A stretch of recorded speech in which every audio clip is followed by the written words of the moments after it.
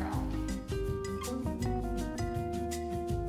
We're going to take our 22-inch square scarf, lay it on a flat surface, fold one corner to the center, fold the other corner to the center so they touch. Start to roll one side to the middle, then roll the other side in to the middle and make the two ends touch. As you can see, you have a smooth, drapey, folded scarf now.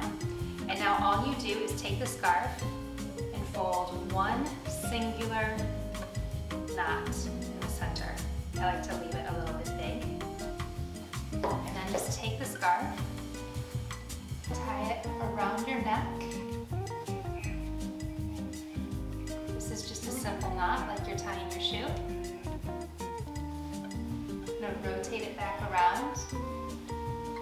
And it just lays inside your collar like a little necklace. It's the Knotty Girl.